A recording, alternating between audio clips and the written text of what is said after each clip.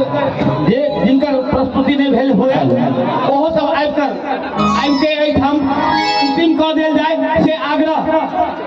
जिनकर प्रस्तुति नहीं भेल छै ओहो सब आओ और अंतिम कऽ दियौ से आग्रह करैत हम आगाँ बढ़ब। चली हेलो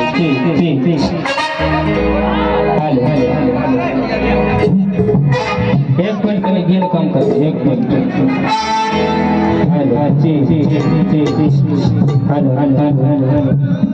हेलो डिले कम कर। हेलो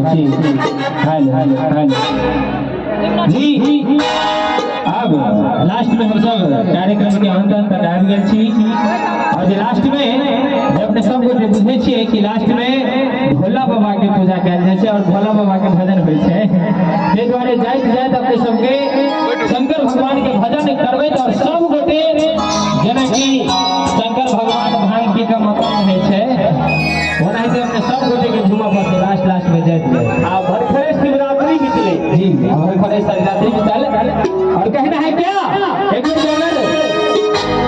सब गोटे शंकर भगवान के नाम पर दोनों हाथ ऊपर उठाकर शंकर भगवान की और ताली के साथ कहना है क्या कि बम भोले बम भोले बम